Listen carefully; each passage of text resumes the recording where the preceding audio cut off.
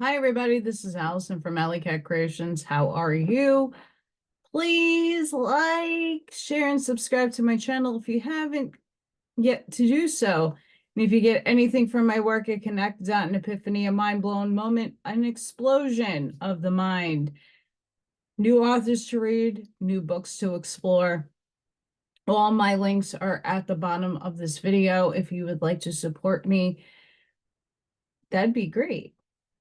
And if you are interested in pyramids of gems, new concept I'm doing with the tourmaline. These are just the babies, the minis, the small, well, they're small. They're not minis, they're babies. You can check these out on Allylatkreations211.com. These aren't necessarily up just yet. I'm making a few more to wrap up and put into the website. But if you're interested in anything that you see, I have yet to take my artwork out of the boxes. They are down here. I customize things. Go check out my website. Email me if you're interested. And that's another way you can support me and my work. Blavatsky. I love Blavatsky. We're almost done with book one. We're almost there. Almost. Almost is an understatement. But we're going to read today Summary of the Mutual Position.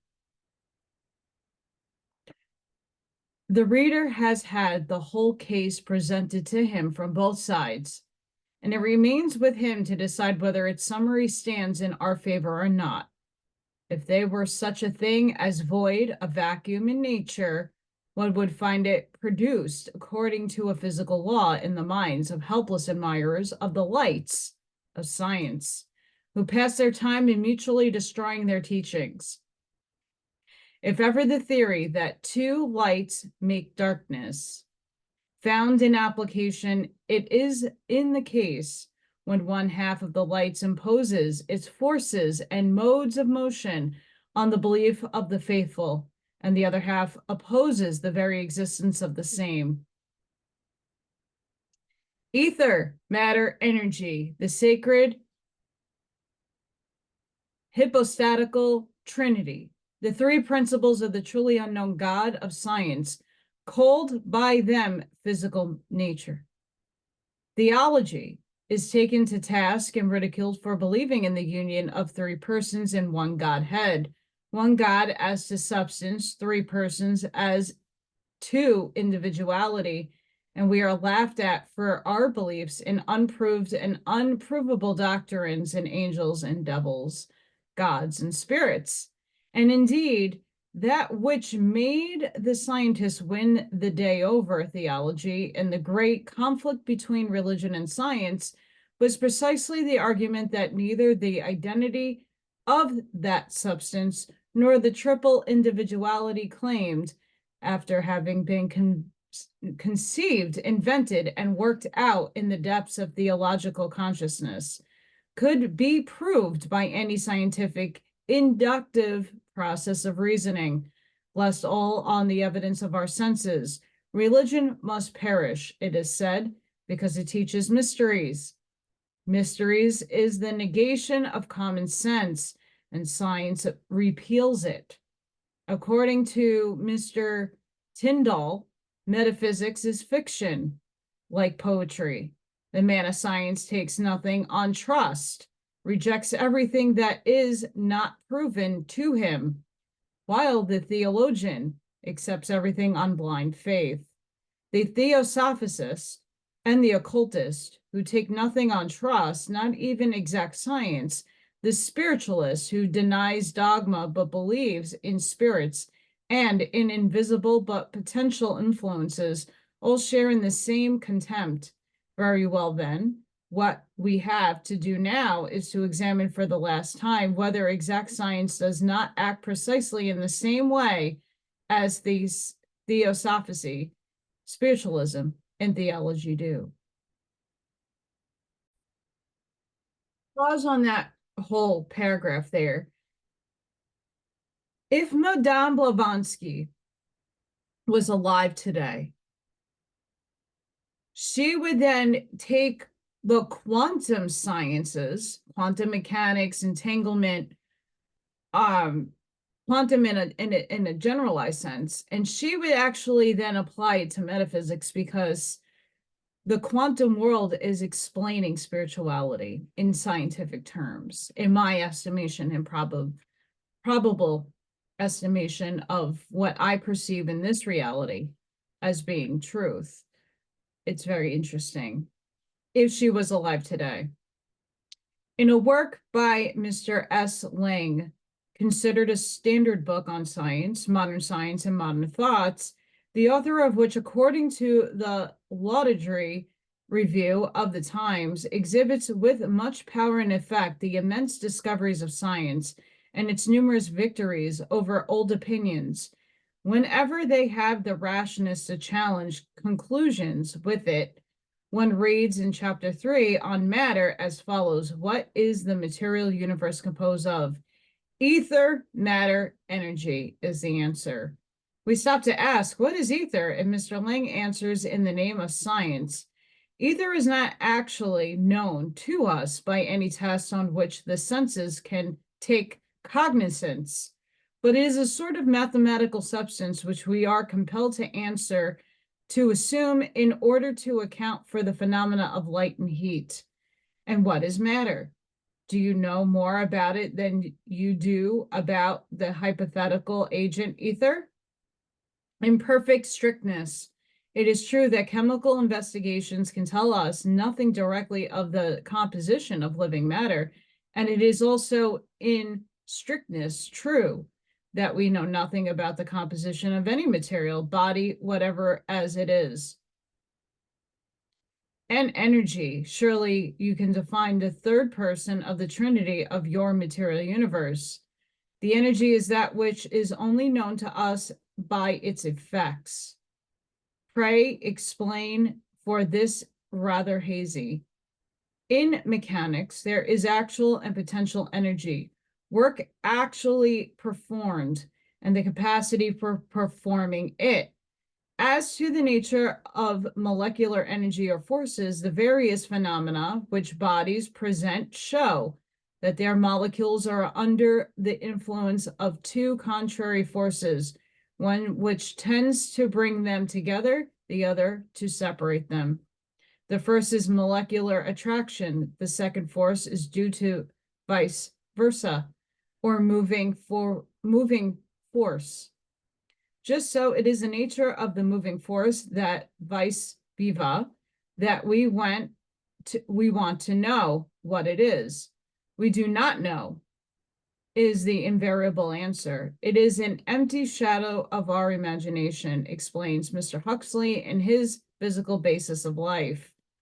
Thus, the whole structure of modern science is built on a kind of mathematical abstraction on a protean substance, which includes the senses, and on effects, the shadowy and elusive will-o-wisp of something entirely unknown and beyond the reach of science.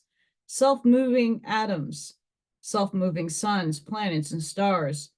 But who then, or what are they all, if they are self-endowed with motion? Why then should you physicists laugh and deride our self-moving archaeus? Mystery is rejected and scorned by science, and mystery is the fallibility of science. As Father Felix has truly said, science cannot escape it. The language of French preacher is ours, and we quote it in Isis Unveiled. Who, he asks, who of you, men of science, has been able to penetrate the secret of the formation of a body, the generation of a single atom? What is there? I will not say at the center of a sun, but at the center of any atom. Who has sounded to the bottom the abyss in a grain of sand? The grain of sand, gentlemen, has been studied 4,000 years by science. She has turned and returned it. She divides it and subdivides it. She torments it with her experiments.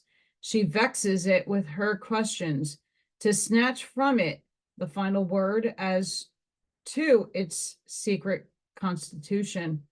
She asks it with an insatiable curiosity.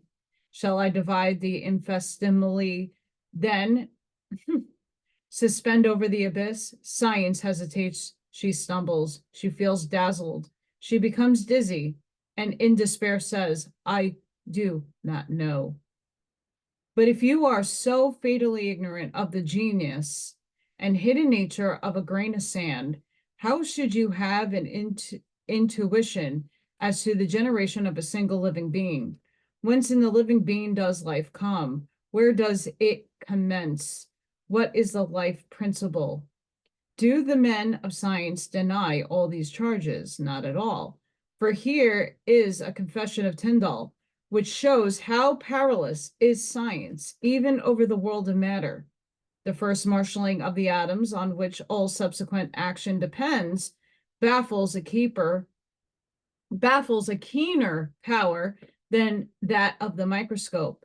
Though pure excess of complexity and long before observation can have any voice in matter, the most highly trained intellect, the most refined and disciplined imagination retires in bewilderment from the contemplation of the problem.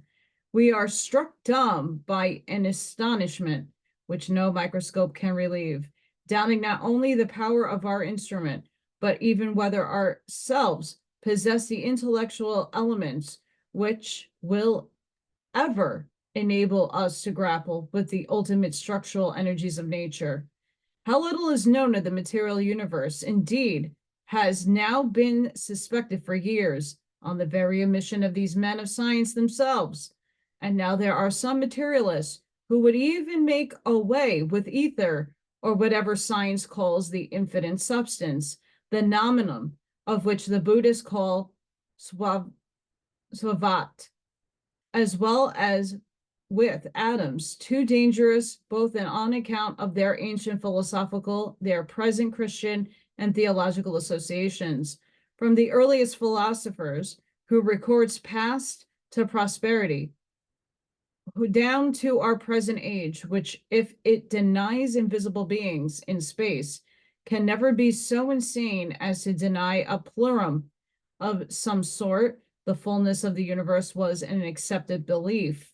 And what it was said to contain, one learns from Hermes Trismegistus in Kingford's able rendering, who is made to say, quote, concerning the void, my judgment is that if it does not exist, that it never existed, and that it never will exist, for all the various parts of the universe are filled, as the earth also is complete and full of bodies differing in quality and in form, having their species and their magnitude, one larger, one smaller, one solid, one tenuous.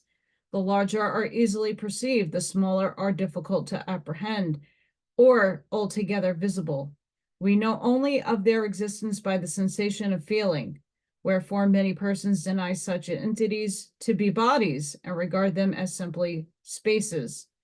But it is impossible that there should be such spaces, for if indeed there should be anything outside the universe, then it would be a space occupied by intelligent beings analogous to its, the universe divinity.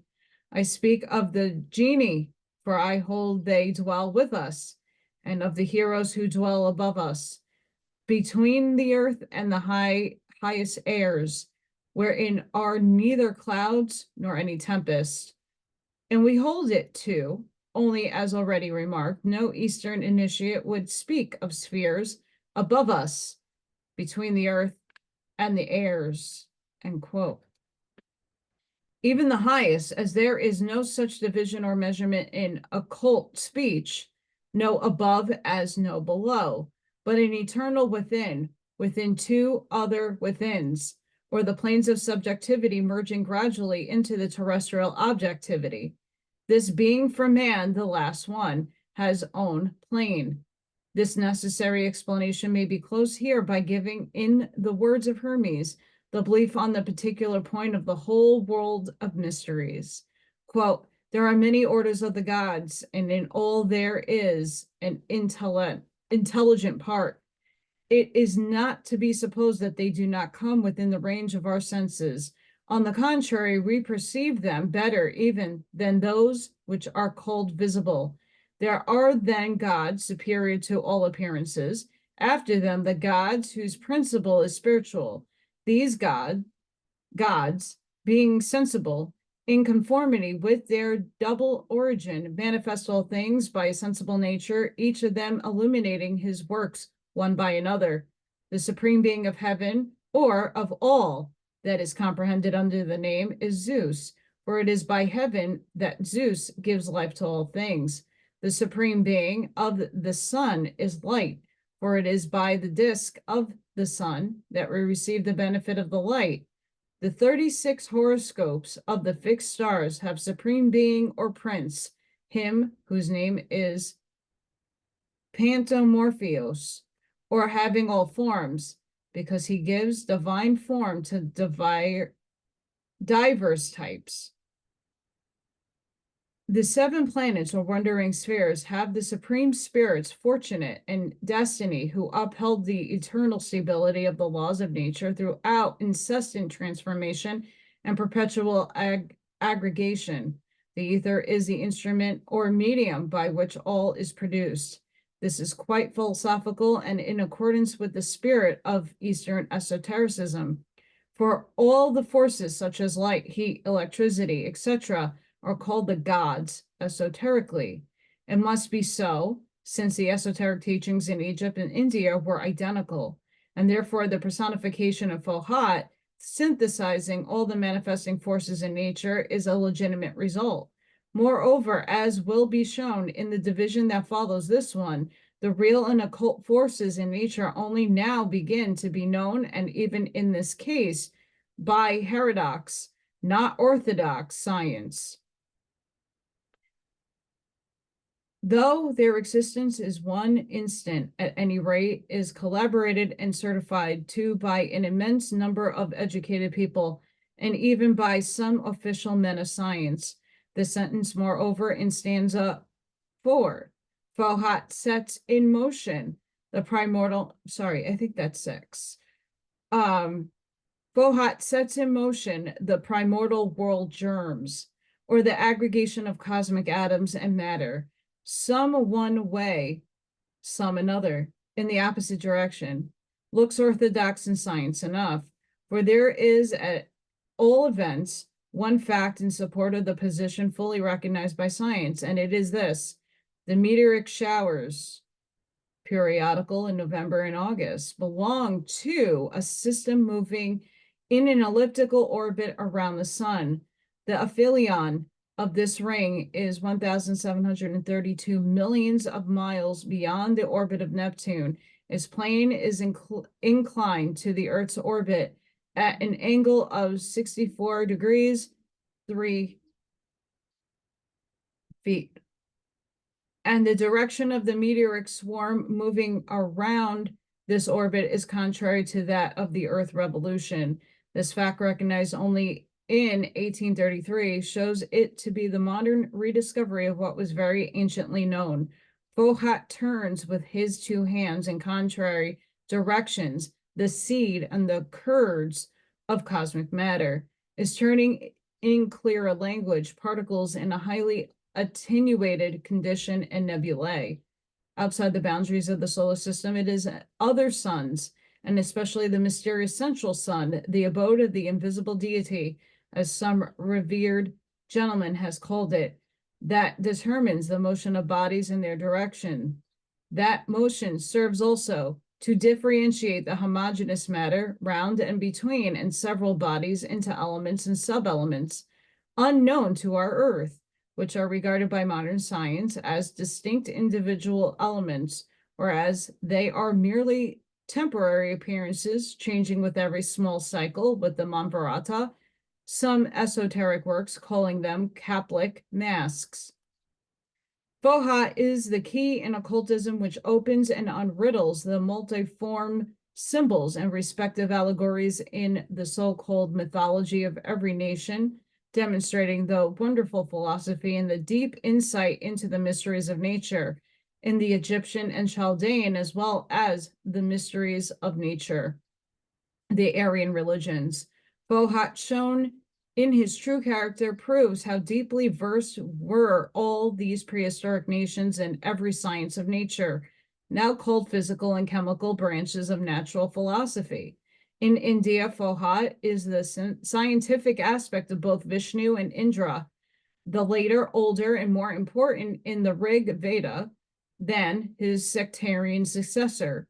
While in Egypt, Fohat was known as Tuum, issued of Note, or Osiris in his character of a primordial god, creator of heaven and of beings. From Tuum is spoken of as the protean god who generates other gods and gives himself the form he likes, the master of life, giving their vigor to the gods. He is the overseer of the gods and he who creates spirits and gives them shape and life. He is the north wind and the spirit of the west, and finally the setting of the sun of life, or the vital electric force that leaves the body at death. Wherefore the defunct begs that Tuum should give him the breath from his right nostril, that he might live in his second form. Both the hieroglyph and the text of chapter, can't see it, in the Book of the Dead show the identity of Tuum with Fohat. The former represents a man standing erect with the hieroglyph of the breaths in his hands. The latter says, quote, I open to the chief of an Heliopol, I'm not getting that word out. I am Tuum. I cross the water split by Hapi, the Lord of the horizon, and am the divider of the earth. Fohat divides space with his sons, the earth, into 7 zones. I cross the heavens and am the 2 lions. I am Ra. I ate the air. I glide on the soil of the field of Anru, given me by the master of limitless eternity. I am the germ of eternity. I am Tuum, to whom eternity is accorded, end quote. The very words used by Fohat in the 11th book and very titles given him in the Egyptian papyri, the whole cosmogony of the Secret Doctrine is found scattered about in isolated sentences, even in the Book of the Dead. Number 7 is quite as much insisted upon and emphasized therein as in the Book of Dizan. The great water, the deep or chaos, is said to be seen 7 cubits deep. Cubits standing here, of course, for divisions, zones, and principles. Therein, in the great mother, all the gods and the 7 great ones are born. Both Fohat and Tuum are addressed as the great ones of the 7 magic forces who conquered the serpent Apap, or matter. No student of occultism, however, ought to be betrayed by the usual phraseology used in the translation of Hermetic works into believing that the ancient Egyptians or Greeks spoke of the referred monk-like at every moment in conversation to a supreme being God, the one Father and creator of all, as found on every page of such translation. No such thing indeed, and those texts are not the original Egyptian texts. There are Greek compilations, the earliest of which does not go beyond the early period of Neoplatonism. No Hermetic work written by Egyptians, the Book of the Dead, would speak of the one universal God of the monotheistic system.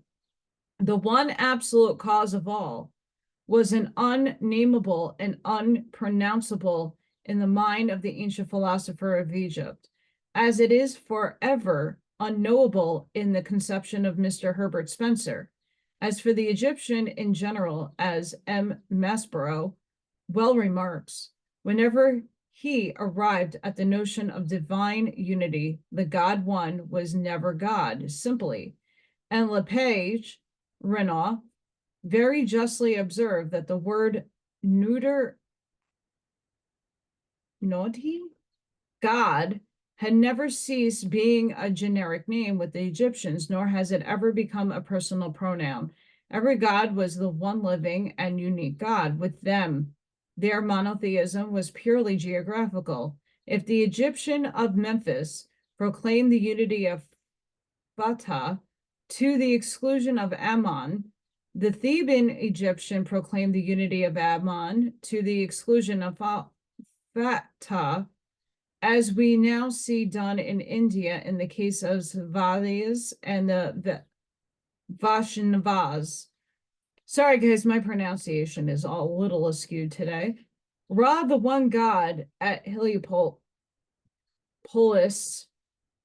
is not the same as Osiris, the one God at Ibos, and can be worshipped side by side with him without being absorbed by his neighbor. The one God is but the God of this Nam, or the city, and does not exclude the existence of the one God of the town or of the neighboring Nam.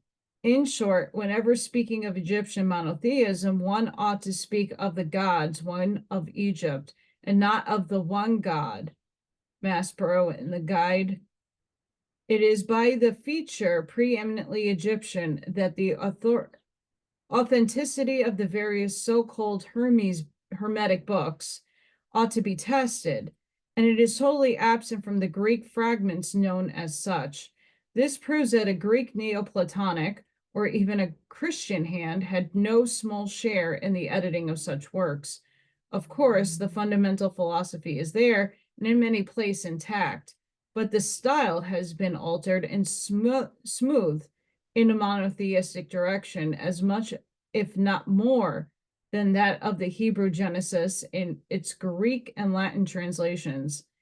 They may be Hermetic works, but not works written by either of the two Hermes, or rather by Thoth, the directing intelligence of the universe, or by that Thoth, his terrestrial incarnation called Trismegistus of the Rosetta Stone.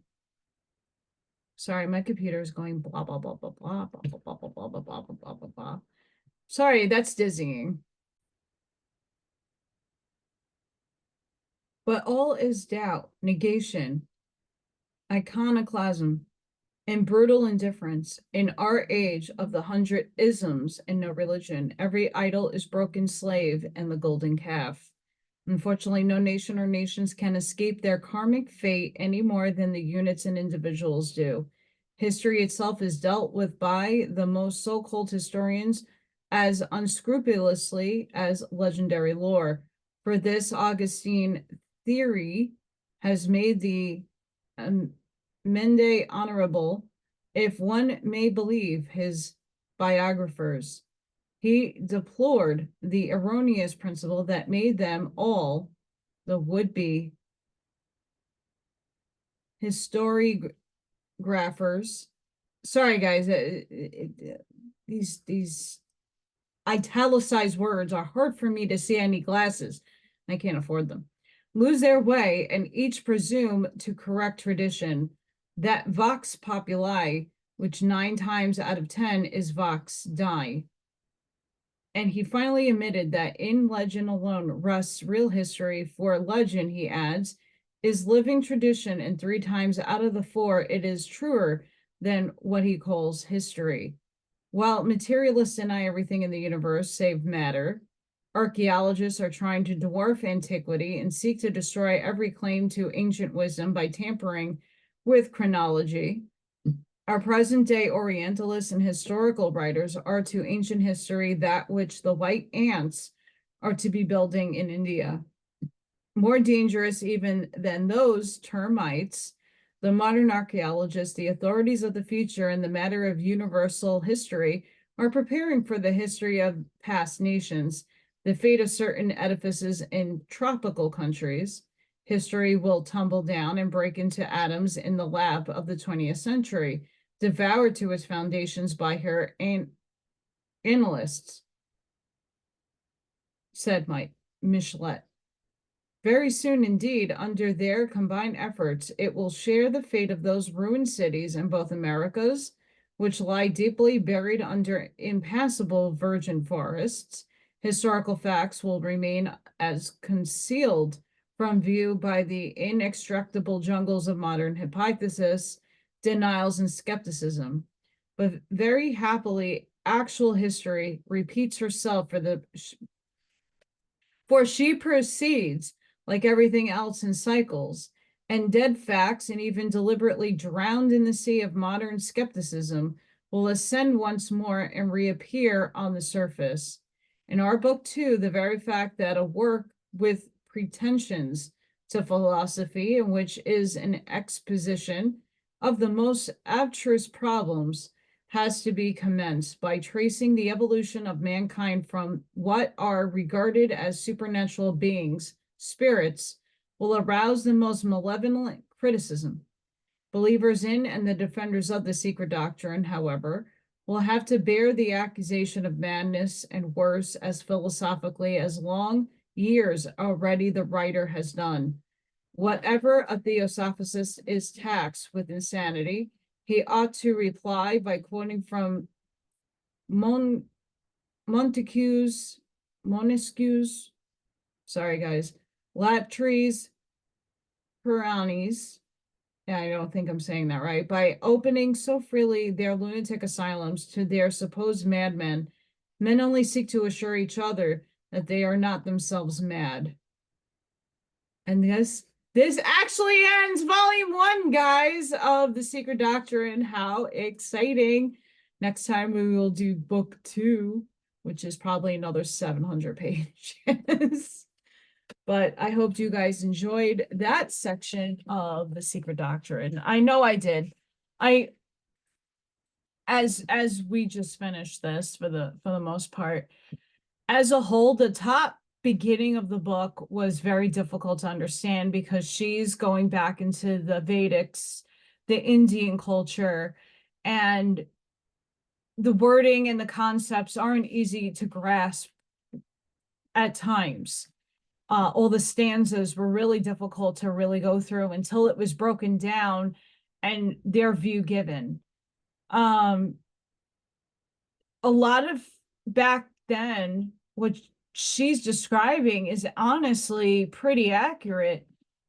And we're still seeing that debate happen today in today's world, where there's a separation of science and spirituality.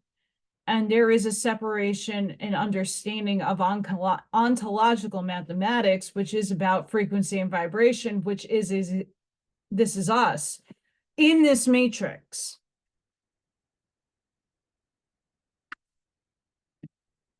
The ideal notion that we're bound by certain laws in this realm, but they shift in other realms. The laws of physics are changing, the mathematical equations change. We're seeing that come into this here and now, where scientists and mathematicians are now going, oh shit, Einstein. Oh shit, whatever, scientist and mathematician is like prominent now, they're being proven not necessarily wrong, but they're being improved upon, or just saying, well, now it's not applying. We're in the crux of a change of a new race, a new dawn of Dan, a new cycle is coming, and the laws of mathematics and physics are upgrading for us. And we're in the middle of that transition of seeing how the quantum world is playing into the spiritual world as it's playing into the material world. We're becoming less material. We will still be material in 4th density. We're still going to be physical. It's where we get to the 5th, where the math and the science is going to exponentially explode in our heads, because we won't be physical. We could choose to become physical, but there's a lot of interesting concepts there, but she's on the right track. And, I don't agree with everything that she has put forward, but I don't necessarily disagree with her thinking. And she's basing a lot of her stuff off of others, which we all should be doing. I find this book fantastic. A little hard to understand and comprehend at times. Some of the concepts are a little out there for our comprehension, but nonetheless, really inquisitive. A lot of good arguments are made in her book. And I can't wait to go on to book number 2. Really exciting. Wow. When we come to an end of a book, even though there's book 2, the massive wealth of knowledge that comes from these books, whether you accept that knowledge or not, is immense. I'm astonished that we got through it. It's taken a long time, but really excited to get book 2 going. And then after that, we'll start the Veil of Isis Unveiled, sorry. There's a lot of wisdom in that book too. I have the Egyptian Book of the Dead. I don't know what version I have. I'm trying to find things I can actually read on this channel. I know the Suzanne Lai books that I'm really interested in. I need permission. But overall, this information is very important because it helps us stimulate the differences. And looking back at when she wrote this book, a lot of it is still very heavily prevalent in our time. Just modernize it. Crazy. Sending each and every one of you love, light, compassion, grace, shielding and protection energy. Please go within. Be the shoulder for somebody to lean on. Be the lighthouse. Spread your seed of knowledge. Be the game changer. Have Amish mindset. We need to unify and we need to come together as one. We're shifting. And it's a beautiful process, a painful one, but one that we all need to be compassionate towards the other selves that are not on that level yet. I hope to see you guys on the next one. Thank you for your support and my gratitude to everybody who's been helping me out. And I'll see you on the next one. Bye for now.